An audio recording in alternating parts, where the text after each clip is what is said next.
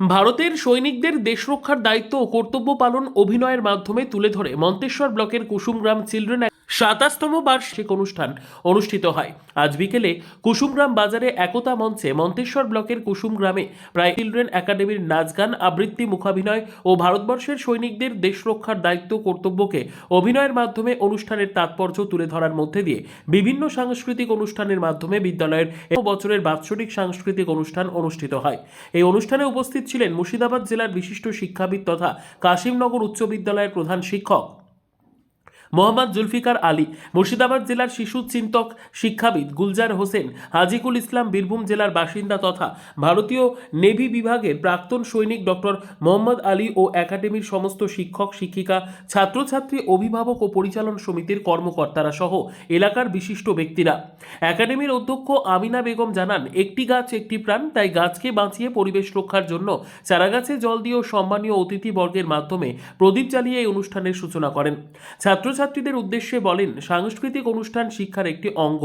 যেভাবে বর্তমান সমাজ মোবাইলে আসক্ত হচ্ছে, তাই তাদের মোবাইল থেকে বিমুখ করতে সাংস্কৃতিক অনুষ্ঠানের তাৎপর্য খুবই গুরুত্বপূর্ণ। এই অনুষ্ঠানে সম্মানীয় অতিথিরা বক্তব্য রাখতে গিয়ে একাডেমির এবং অনুষ্ঠান সম্পর্কে তাৎপর্য তুলে ধরেন। ছাত্রছাত্রীদের উদ্দেশ্যে বলেন, এই একাডেমি থেকে বহু ছাত্রছাত্রী ডাক্তার, ইঞ্জিনিয়ার হয়ে সমাজ ও বিদ্যালয়ের মুখ উজ্জ্বল করে প্রতিষ্ঠিত হয়ে আমেরিকা, কানাডা সহ বিভিন্ন দেশে কর্মকাণ্ডের মাধ্যমে প্রতিষ্ঠিত। ভারতীয় নৌসেনার প্রাক্তন অফিসার জানান, শিক্ষার পাশাপাশি সন্তানদের যে কোনো কর্মকাজের সঙ্গেই যুক্ত রাখুন। শুধু সন্তানকে কম্পিউটার বানিয়ে রাখবেন না, তাদেরকে মানুষের মতো মানুষ করুন। পরিবার সম্বন্ধে তাদেরকে বুঝুন জানান। চিলড্রেন্স একাডেমির সম্পাদিকা সুমি খাতুন জানান, এই একাডেমি থেকে বহু সন্তান আছে ডাক্তার, ইঞ্জিনিয়ার হয়ে সমাজের বুকে প্রতিষ্ঠিত। আমরা শুধু এখান থেকে স্টুডেন্ট তৈরি করি না, তৈরি করি মানুষের মতো মানুষ, যাতে সমস্ত রকম বিপর্যয়ের সঙ্গে তারা মোকাবিলা করতে পারে। জ্যোতির্ময় মণ্ডলের রিপোর্ট, সুন্দর বাংলা নিউজ। চিলড্রেন্স একাডেমির বাৎসরিক অনুষ্ঠান, এই প্রোগ্রামে দেখলাম একজন এক্স ইন্ডিয়ান নেভিকে। একটু আশ্চর্য হলাম, কিন্তু কিভাবে এই জায়গায় কুসুমগ্রামের বুকে? অলরেডি শিক্ষার ব্যবস্থাপনা ছাড়া নেভিতে যদি যেতে হয়, তাহলে মিনিমাম একটা রেজাল্ট না হলে তার কল লেটারে আসে না। সেই জায়গা থেকে শিক্ষা আমাদের অত্যন্ত গুরুত্বপূর্ণ একটা বিষয়। আমরা যে শিক্ষার সাথে জড়িয়ে আছি, সেই শিক্ষা থেকে আমি পুঁথিগত যে শিক্ষা, আমার ছেলে MA পাস, তারপরে শুনে যদি জিজ্ঞাসা করা হয় যে দাদা কী করে, এখন বেকারত্বের সমস্যা, দাদা চাকরি নেই হয়নি, সেই জায়গা থেকে আমি বিভিন্ন সাথে যে কথাটা বলতে চাইছিলাম যে শিক্ষাটাকে শুধু শিক্ষা হিসাবে নিলে হবে না, সেটা কর্মশিক্ষায় যুক্ত হতে হবে। স্কিল ডেভেলপমেন্ট এমন একটা এডুকেশন, যে এডুকেশনটা আমাদের প্রোভাইড করে, এটা হচ্ছে আমার মুখ্য উদ্দেশ্য। এবং এই লাইন থেকে যেহেতু আমি আমার পুরো গোষ্ঠীর সবাই, বা অর্থাৎ আমার পরিবারের সবাই শিক্ষকতা করেছেন 13 প্রজন্ম। আমি একটু ভিন্ন সাথে যে ভারতীয় নৌসেনায় প্রথমে গেছিলাম, এবং আফটার দ্যাট আবার সেই প্রফেশনে এসেছি। আমার বাড়ির লোক বা আমার পূর্বপুরুষরা, তাদের সারাউন্ডিং ছিল পঞ্চায়েত এলাকা কিংবা গ্রাম্য স্কুল শিক্ষক। আমি কিন্তু আজ সারা ভারতের একনায়কতন্ত্র, অর্থাৎ 778টা জেলার ছেলে আমার কলেজে পড়ে। যেটা গুলজারদাও কিছুক্ষণ আগে বললেন যে এশিয়ার সর্বোচ্চ বৃহত্তম কলেজ, এটা একটা বড় প্রাপ্তি। আর এগুলো আমাদের ঠিক এই চিলড্রেন্স একাডেমি, অ্যাঞ্জেল একাডেমি, আমাদের এই যে ছোটো ছোটো যে গ্রামগুলোতে আমরা পৌঁছাতে পেরেছি, সেই জায়গাতে এই স্কুলের ছাত্রগুলোই আমার কাছে এসে পৌঁছে দিচ্ছে, যাদেরকে আমরা দেখছি যে প্রাইমারি বা প্রিনার্সারি থেকে পড়ে এসছে। ওনাদের এই যে কঠোর অক্লান্ত পরিশ্রম, একজন ডাক্তারবাবু বললেন যে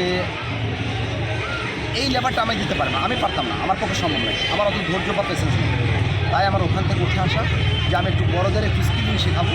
আর এই মাস্টারমশাই সকলে রয়েছে, এনাদের যে অনস্বীকার্য, মানে বলার মতো বা স্পিচলেস যে জায়গাটা ওনারা তৈরি করেছেন, সেই জায়গাটাতে গাছটা বড় করার পর আমি শুধুমাত্র ফসলটা কাটছি, এর বেশি দিতে পারি। সেই জন্য একটা নব প্রজন্মকে আপনি কি বার্তা দিতে চাইছেন এই জায়গা থেকে? আমি শিক্ষার ক্লাস 10th পর থেকে আমি বলবো, হাতে কলমে কিছু শিখুক। শুধুমাত্র কম্পিউটার ডিপ্লোমা যেন না হয়, যেটা শিখবে, যেটা তাকে দুমুখো খেতে দেবে। আর শিক্ষার যে এখন সরকারি যে ব্যবস্থাপনা, সেটা একেবারে জিরো বা তলানিতে থেকেছে। সেগুলোর তলানিতে থাকার জন্যই আজ আমরা চরমভাবে, যদি বলতে হয়, আমরা আমাদের এই প্রাইভেট স্কুলগুলোর উপরে নির্ভর হয়ে আমাদের ছেলেমেয়েগুলোকে পঠন পাঠন করাতে পারছি। এইগুলো যদি না দিত বা লাইসেন্স না থাকতো, না দেওয়ার কোনো প্রস্তাব থাকতো, তাহলে আজ আমরা সেই বর্বরতার যুগে বা আদিম জামানায় চলে যেতাম, ইশারায় কথা বলতাম, ভাষাও শিখতাম। এই যে একটা সুন্দর মাধ্যম, মানুষের একমাত্র কথা বলা যে সুন্দর ভাষা, এই ভাষাটা আমরা যে শিখতে পেরেছি সেটা এইসব স্কুলগুলো থেকে আজ শিখতে পেরেছি। সর্বশেষে স্যার লাস্ট আপনার নাম পরিচয়টা একটু যদি আমার ডিটেলস নাম ডক্টর মোহাম্মদ আলী, প্রাক্তন নৌসৈনিক আধিকারিক, আমি বোলপুর শান্তিনিকেতন থেকে। আচ্ছা, আর একটা লাস্ট প্রশ্ন আমার, আপনি স্টেজ থেকে একটা বার্তা দিলেন যে কোনো মানুষ যদি জবের জন্য কিছু যোগাযোগ করতে চায়, সেটা চিলড্রেন্স একাডেমির মাধ্যমে আপনার সঙ্গে যোগাযোগ করতে পারে, যদি একটু বার্তা দেন। এই সময় তো বিভিন্ন আমার যে প্লেসমেন্ট সেল অর্থাৎ যে এডুকেশন সেক্টর আছে, সেই এডুকেশনে প্রায় 1500 বেশি কোর্স আছে, তো যেখানে আমাদের ছেলেপেলের 100% জব গ্যারান্টি দেওয়া হয় তাদেরকে কোর্টের স্ট্যাম্প পেপার লিখে। এবং গত বছরে আমার 2191 জন ছেলে ভারতীয় বিএসএফ অর্থাৎ সামরিক বাহিনীতে, এবং গত প্রায় 18 বছর ধরে 15,000-এর বেশি ছেলে আমার চাকরি করছে। এখন কিছু প্রাইভেট সেক্টরেও আমাদের জব থাকে, যে জবগুলো আমরা ফুলফিল করতে পারি না, তো বহু ছেলে আছে ঠিকমতো প্লেসমেন্ট বা কিছু পাচ্ছে না। সেক্ষেত্রে তারা যদি আমাকে বায়োডাটা দেয়, বা অ্যাঞ্জেল একাডেমি হোক, চিলড্রেন্স একাডেমি হোক, বা আমাদের এই সমস্ত যারা স্কুলগুলোর আমার বন্ধু সুলভ যারা রয়েছেন তাদের কাছে জমা করলে তারা আমাকে পাঠিয়ে দিলে আমি তাদেরকে বিনা পয়সায় নির্দ্বিধাতে তাদের জব রিটেনে কনফার্ম করি। কীভাবে হচ্ছে অনুষ্ঠানটি? First we start the programme lamp lighting, প্রদীপ প্রজ্বলন দিয়ে আমরা শুরু করেছিলাম। দেন এটা শেষ করলাম আর্মি ডান্স দিয়ে, ন্যাশনাল অ্যান্থেম দিয়ে এটা শেষ হলো। অংশগ্রহণ কে কে করেছিলেন? পার্টিসিপেট স্কুলের স্টুডেন্টরা পার্টিসিপেট করেছিল। যে শুধুমাত্র পুঁথিগত বুকিস নলেজই যথেষ্ট নয়, শিক্ষার ক্ষেত্রে কালচারাল প্রোগ্রাম অবশ্যই শিক্ষার একটা পার্ট।